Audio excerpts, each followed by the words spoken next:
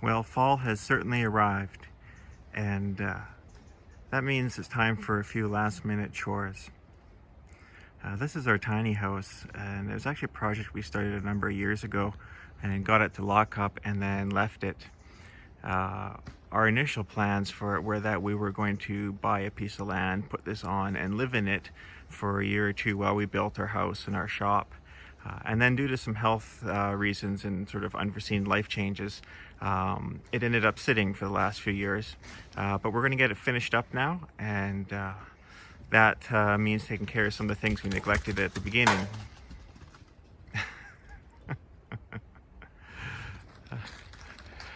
So what we have to work on today are eave blocks, which are those guys right up there. Not having eave blocks in place means that the birds have a welcome refuge, and it's not so much that we don't mind the birds, but they make a mess, and they seem to be hollowing out the insulation. So the eave blocks, or as I like to sometimes call them, the squirrel frustrators, they take care of that. Now, normally an eave block goes in before your roof decking goes in place. And I wasn't too sure what I was going to do with finishing the siding on this. And for whatever reason, I just decided to leave them, which in hindsight was really stupid.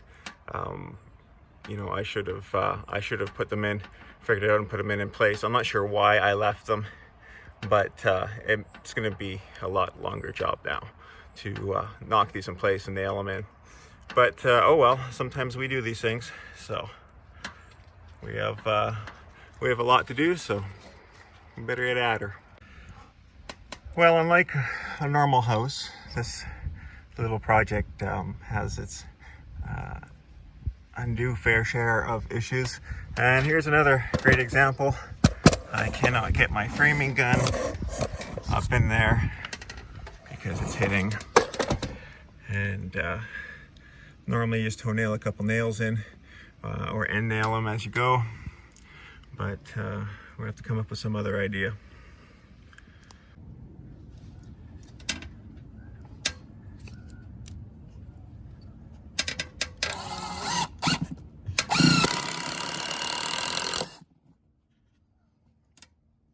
All right, framing screws will work.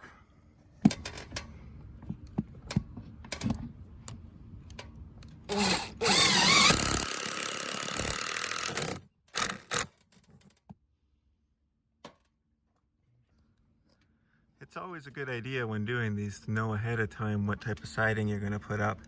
I've learned from experience that sometimes if you're doing something like a bevel, like or lap siding like this, it's good to actually offset these eave blocks so that there is an edge for the siding to register up against, and it just makes making the eave insect tight a little bit easier later on down the road.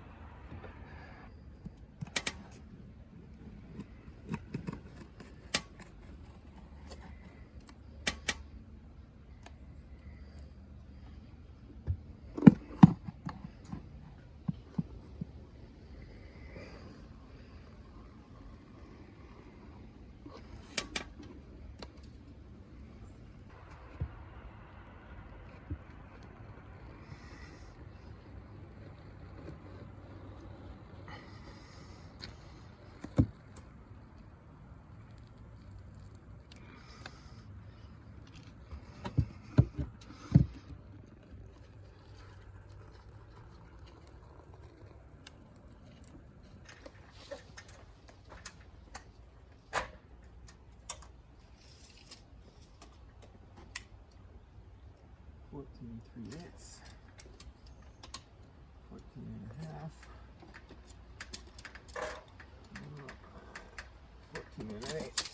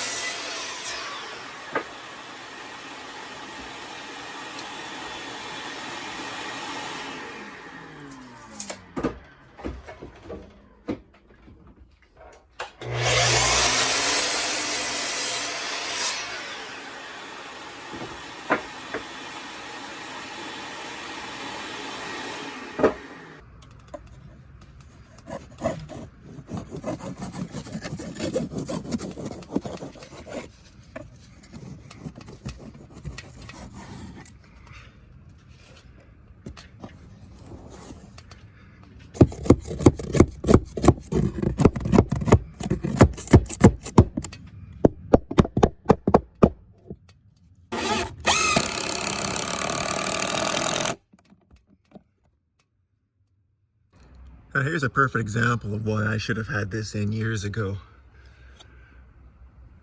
This here has been completely gutted out by a squirrel. Now I got lucky, he only went in about a foot, but I've seen cavities where they'll go halfway up a roof and they'll just keep emptying it out. And boy, that's a real pain to try to get that to fill back in properly and not have any voids or over compact your insulation or anything. So there's good reaffirmation right there that this needs to be done, and sooner than later. Well, we done pretty good. It's been just a little under 3 hours. We've got our side done, so that's nice. It's not too bad considering.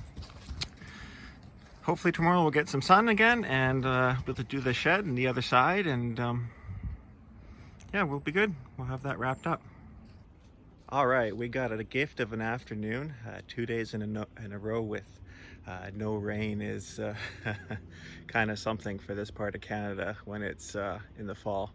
Usually it's quite wet, so you find yourself sometimes starting really early or working extra late just to make the best of the no rain time. But we got a few hours here until darkness, at least 3, and a bit of time to work on our own stuff. So we're gonna work on the shed, and the first thing I got to do though is I got to suck out a bunch of this white powder left behind by a pest control guy that we had in.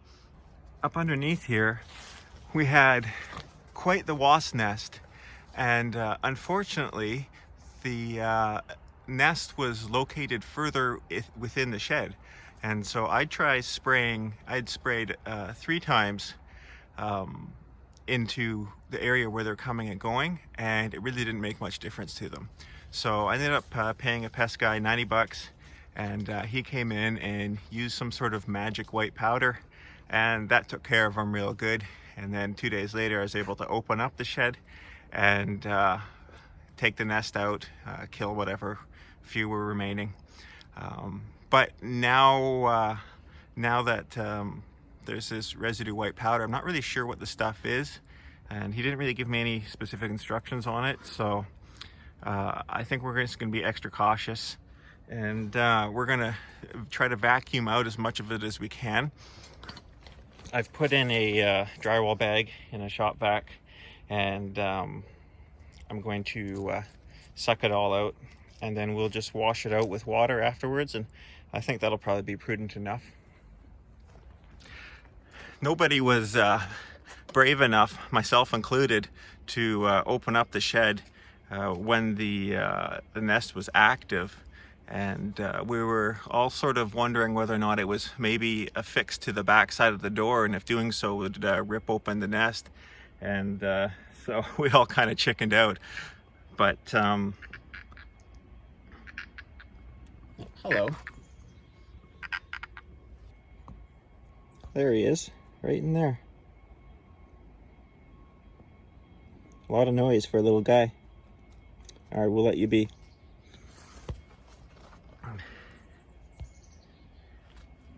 Yeah, so anyways, everybody was a little too chicken to open up the door because the door's not on hinges. It's just sort of like a slide-in fit, because it's just utility stuff that's going in there. So as right now, it's just a panel. There'll be the hot water heater in there. Nothing that really has to be accessed that regularly. So, yeah. So sometimes it's great to have an exterminator you can call. So we'll get this open, get this cleaned out, and see how it looks.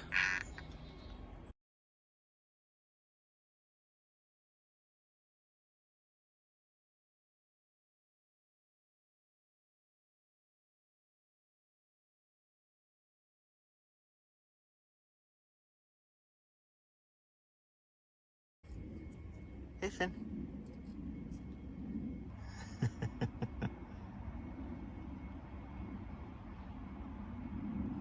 Come.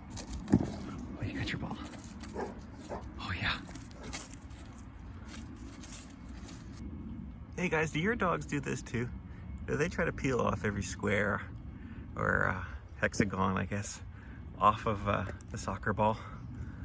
It sort of seems like a bit of a universal dog thing, because our neighbor has a collie, and same story there. Gave her a new soccer ball, and she methodically peeled off each of the pieces. He's been working on this one for a couple years just about now, but yeah, he's getting it. That poor ball.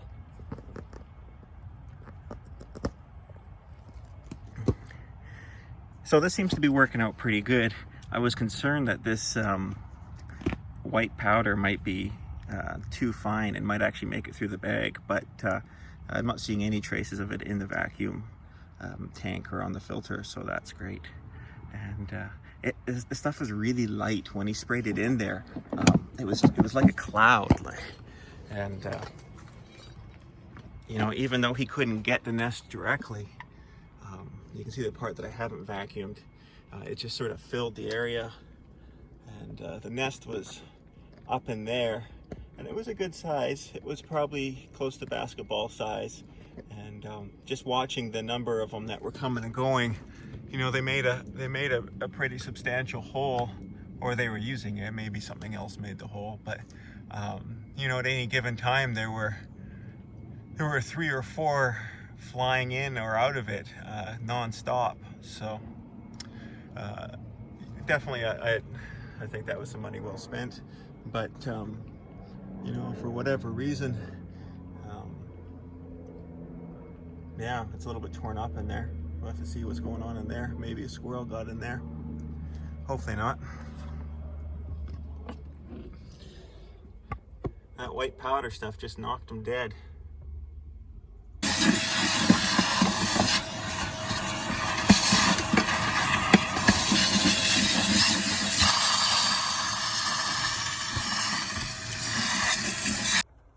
You know, I'm in my latter half of my 30s now, and so I've been able to see now about 20 years or so of trades work.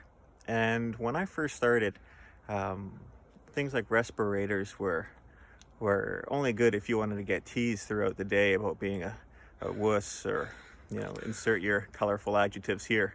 But now we're starting to see that our age group, which is older than the millennials, but still had some of the old-time craftsmen as mentors and teachers. And we're starting to see them now have some illnesses that could have been prevented by better workplace safety.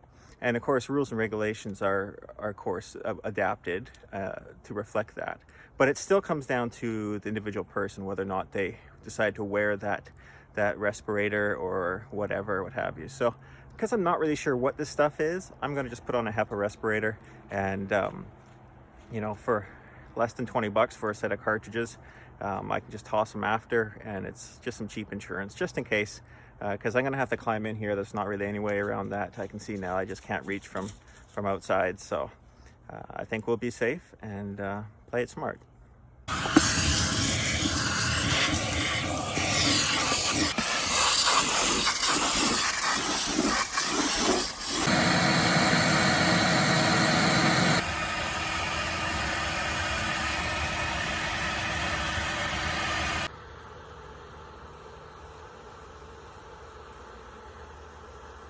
Okay, we got that cleaned out. I just got a blower in there, just trying to get some clean air in, make sure that whatever might be still floating around, it gets out. And I toweled myself off with a wet towel, so whatever that stuff was, we got it contained and it should be good. I ended up taking out that one bay of insulation, and where I showed you earlier, I think some critter had gotten there first. And because they had sort of opened up the bat, that white insecticide just got all within it. I couldn't really realistically clean that out, so we'll just replace that one bat. The rest of them were all tight and they seem to be fine. Once they were vacuumed off, they seemed to do fine, so I think we're okay there. We'll just replace that one and we'll be good to go.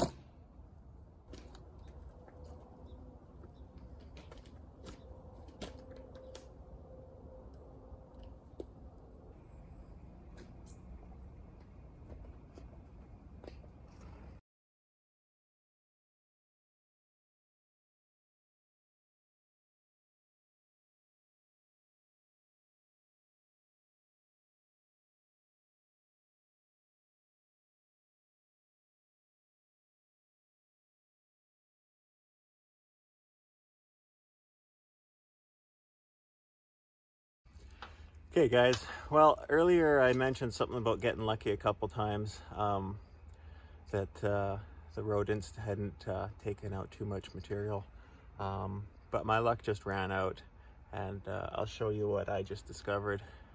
I ended up stopping last night just so I could get a better look at this in daylight, and yeah, we'll see here.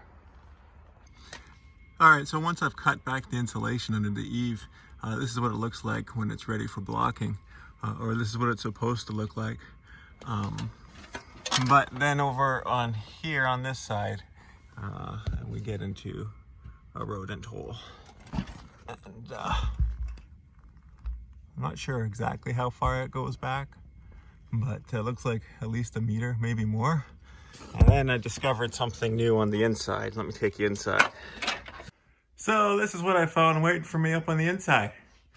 And there's no crossover. There's a solid ridge beam up there. So they definitely tunneled their way in from the eave where we were outside looking at, and then decided to chew some holes through our ceiling. Well, that sucks. Which it also completely serves me right for leaving it this long. So I'm not entirely sure what I'm going to do about this, but I'll come up with something and keep you informed. Okay, I think I got a little plan figured out here. I've got a broomstick. I'm going to cube up some Roxol, and I'm going to try to backfill it. I'm going to just try to get just the last couple feet here so that I can put the blocking up.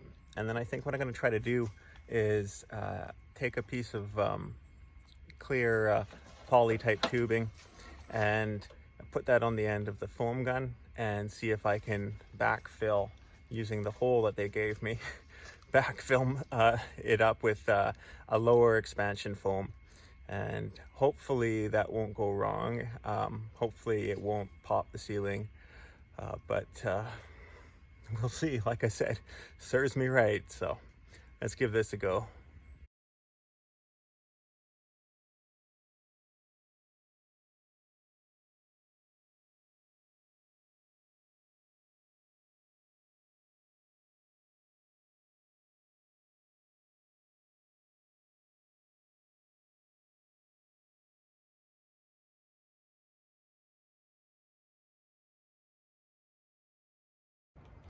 All right, guys, we got a little bit of a good news, bad news situation with the eave blocking and the rodent hole.